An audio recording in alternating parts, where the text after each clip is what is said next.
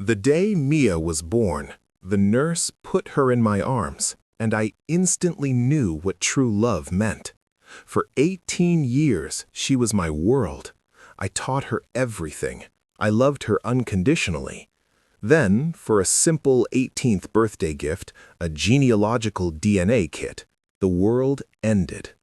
The results didn't just confirm my paternal love, they assigned her a half-sibling connection, close enough to be her biological father. The database named him David, my younger brother, the man who stood beside me as my best man. I raised her for 18 years, cherished her, only to discover that the man I called my brother had silently stolen my paternity and poisoned my life with a lie. If you have ever faced a betrayal that was so deep it shattered the very foundation of your life, making you question every memory and every moment of happiness, hit that like button and subscribe. The pain of family betrayal is absolute because it erases your past as well as your future. Tell me your story in the comments. My name is Ethan Miller.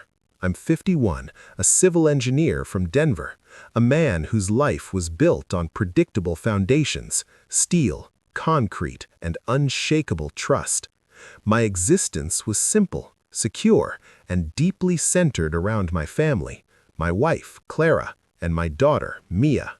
We were the typical American family. Ski trips in Vail in the winter, annual barbecues at the park pavilion in the summer. When I say Mia was my world, I mean it literally. We had decided to use an anonymous sperm donor 18 years ago. The decision was born out of love and necessity. We had faced devastating biological complications early in our marriage, 4 painful years of failed treatments that broke Clara's spirit. But we agreed, together, that the trauma stopped there. We would use a clinic, move forward, and never tell Mia. She was ours. We were her parents. End of discussion. The only people who knew the full, precise, agonizing details of the clinical procedure, the specific clinic in Boulder, the dates of the cycles, the whole emotionally draining process, were my wife, Clara, and 2 members of my immediate family, purely for emotional support during that dark period. My mother, who was bound by the sacred pact of family secrecy, and my younger brother, David. David was my best friend, my emotional rock. He was the easygoing, sensitive artist to my rigorous, analytical engineer. He was always around, the fun uncle, and the bond between us was unshakable. He knew Clara and I were struggling, and he offered comfort. This foundation of absolute, implicit trust was what allowed the secret to remain buried and festering for 18 years. The love I felt for Mia was never theoretical. It was a commitment forged in the mundane, brutal reality of raising a child. It was the smell of dirt under the fingernails after a long afternoon in the garden, the panic of late nights in the emergency room as she fractured her arm falling off the swing set. I was the one who taught her how to use a protractor, spending hours explaining the concept of angles for her first geometry test. I was the one who spent an entire weekend teaching her how to change the oil and rotate the tires on her first beat-up car, making sure she was self-sufficient. She was the best part of me, proof that love creates family, not biology. I remember her 4th birthday party vividly. It was a backyard disaster, rained out halfway through. We were setting up the bouncy castle, wrestling with the heavy canvas in the sudden downpour, and David was there, helping us secure the ropes to keep it from blowing into the neighbor's yard. He looked at Mia, soaked but laughing uncontrollably inside the inflatable walls, and said to me, leaning in under the dripping tent, "You know, Art, she really has your sense of humor, that dry wit. You see it in her eyes." I swelled with pride. My brother, noticing the "my" in her, the shared traits that defied the clinical facts. The chilling irony of that moment, looking back now, is a heavy, burning weight of betrayal. Clara and I had a solid, if sometimes strained, marriage. Like any long-term partnership, we had our ups and downs, particularly fueled by the unspoken trauma of our fertility struggles. But the one constant, the absolute tether, was Mia. We parented together, always presenting a united front. The anonymous donor was a distant, clinical footnote, a non-entity, a blank space, or so I believed, until that Tuesday. For Mia's 18th birthday, I wanted something memorable, something fun, something educational before she headed off to college. I ordered one of those popular genealogical DNA kits. It wasn't about finding an unknown relative, it was about tracing her heritage, her roots, a fun, harmless family project to kill a snowy weekend. We sat together at the kitchen table, laughing, swabbing our cheeks. Clara had her own kit, too, making it a full family activity. We mailed them off and forgot about it for 6 weeks, completely absorbed in college applications and senioritis. The results came back on a Tuesday afternoon. I was grading papers in my study when Mia burst in, excited. "Dad, come look. It says I'm 40% Scandinavian. That explains my stubbornness and my love for cold weather."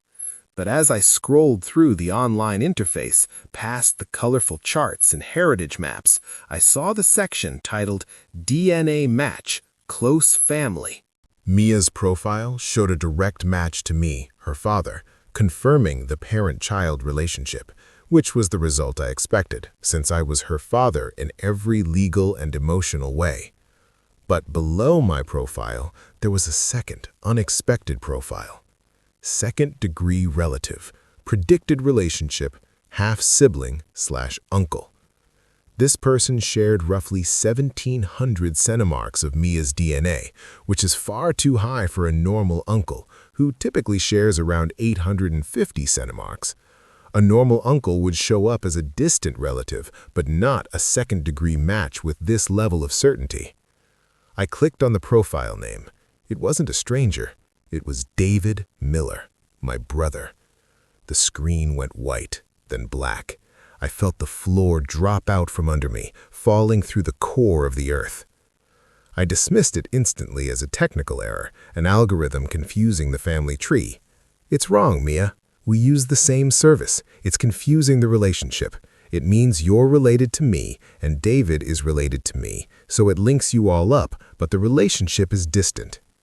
Mia, the engineer's daughter, frowned, pulling up the science page.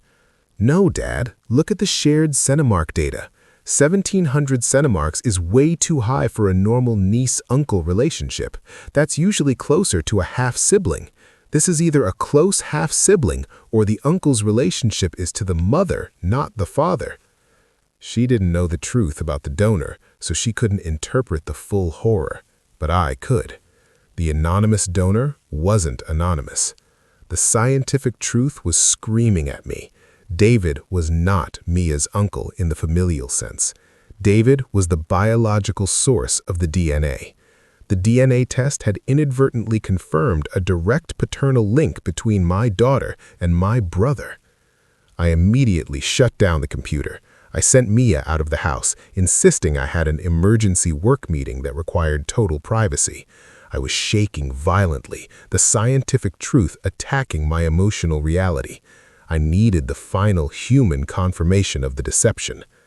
I called Clara. "You need to come home now. The DNA results are back. We need to talk about David." Clara walked in 30 minutes later. The second she saw the look in my eyes, the cold, dead center of my rage, her composure dissolved instantly. She knew, before I said a word, that the lie was over. I didn't shout. Shouting was for arguments. This was a dissection. I asked a single question, my voice low and brittle like old glass ready to shatter. "Clara, did David ever go with you to the clinic during the donor process alone?" She looked away, her eyes fixed on a spot on the carpet, silent. The silence was the real answer, heavy and suffocating. "Yes," she finally whispered, her voice choked with manufactured sorrow. It was the hardest time, Ethan. I was struggling, feeling like a failure. David came to the clinic with me for emotional support. We were in the waiting room for hours, talking about everything. He was just so kind, so present in my pain. I stopped her, cutting through the self-pity. I don't need the backstory. I need the fact. Did you use the anonymous donor's DNA or did you use David's? The full, devastating confession tumbled out. David had offered his sperm, claiming it would be safer, less strange, that the child would still be Miller blood. They had engineered the substitution with the connivance of a crooked technician at the clinic, using David's sample under the label of Anonymous Donor 743. But then came the true horrifying twist. The worst part wasn't the donor switch. The worst part was the affair. She confessed that during that intense emotional vulnerability, the secret shared trauma and the clinical intimacy had morphed into a desperate secret affair. They had been sleeping together in the weeks leading up to the final clinical procedure, culminating in the conception. The donor narrative was just a screen smoke. The truth was a complex, interlocking mechanism of betrayal. David and Clara had engineered the situation to ensure Mia was biologically his, solidifying their secret bond, all while preserving the facade of my loving, unsuspecting paternity. I didn't just lose my wife and my daughter's biological truth. I lost my brother. The betrayal was calculated, intimate, and ran 18 years deep, poisoning the well of my entire adult life. I didn't call David. I drove straight to his house. I walked straight into his living room, where he was working on one of his sculptures, a serene, artistic scene involving polished driftwood. He looked up, smiling easily, wiping his hands on a rag. "Art! Hey man, what's up? I just saw the Mia's DNA results. That Scandinavian heritage is crazy, right? Did you tell Mia about those Vikings yet?" He played the part of the oblivious, proud uncle perfectly.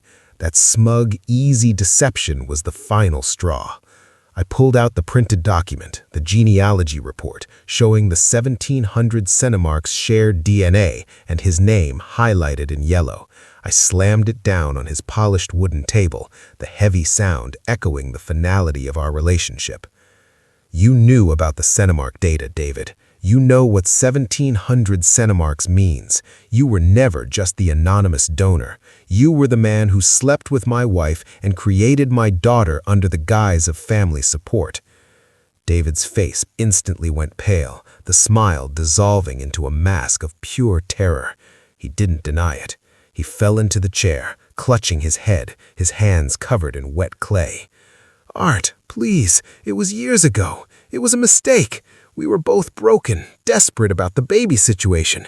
We were trying to give you a family. We thought it was the right thing to do." His pathetic justification only fueled the fire. "The right thing? You let me spend 18 years pouring my soul into a life that was half built on your lie. You let me call her my little girl, knowing she looked exactly like the man I stood next to in the mirror. You robbed me of the choice, David. You robbed me of the truth. You didn't give me a family. You took mine and put your signature on it."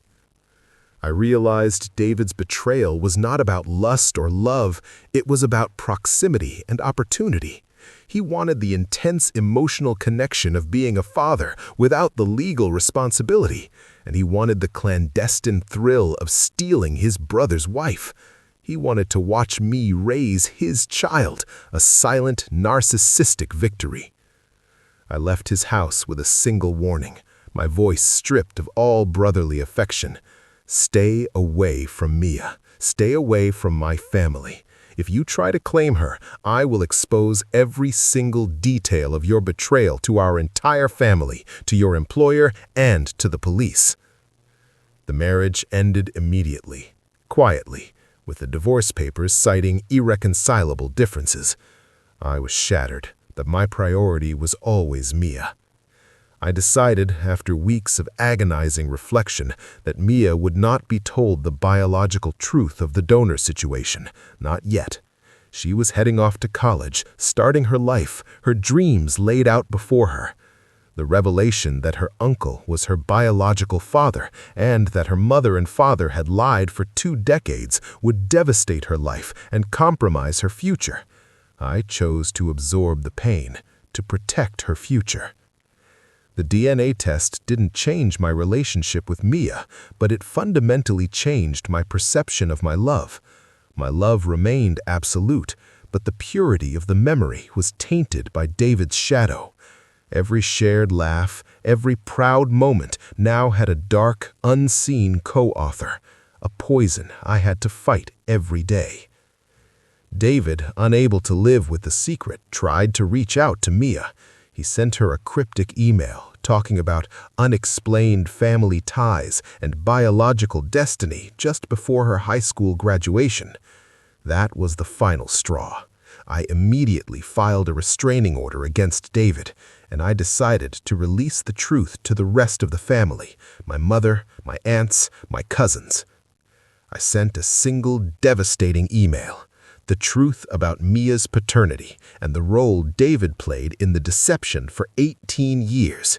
Attached was the original DNA report, Clara's signed affidavit admitting the affair and the engineering of the donor process, and the court papers for the restraining order. The family was cleaved in two. David was immediately ostracized, forced to leave town in disgrace. Clara moved far away, unable to face the communal shame. It has been 3 years. Mia is thriving in college, studying engineering. My genes didn't give her the talent, but my mentorship did. She believes her parents divorced due to irreconcilable differences, and that her Uncle David simply moved away for a job. I have borne the crushing weight of the secret, protecting her world at the cost of my own peace. The DNA test didn't take Mia away from me. It solidified my paternity in a way that biology never could. It forced me to choose love over blood, commitment over comfort. I am still her father, not because of a shared gene, but because of 18 years of shared life. I was the one who was there, who sacrificed, who loved. My greatest revenge against David and Clara was proving that their calculated, cruel betrayal failed to diminish the one thing they tried to steal, my role as Mia's father. They created the biology, I created the family, and my family won. I carry the invisible scar of the deception, the constant reminder of my brother's face in my daughter's smile. But every time Mia calls me Dad, every time she asks for my advice, the shadow fades.